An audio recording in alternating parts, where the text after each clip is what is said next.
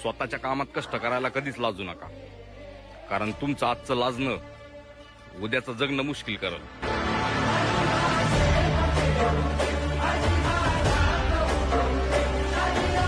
इतरांपेक्षा काहीतरी वेगळं केल्याशिवाय आपली चर्चा कधीच होत नाही.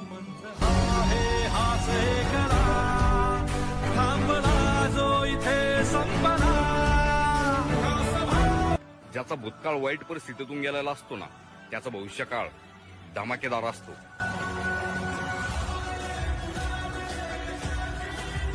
स्वतःच्या व्यवसायात हमालासारखं काम करा, कारण सक्सेस ही अशी गोष्ट आहे जो कष्ट करल ना त्यावरच फिदा होत असते.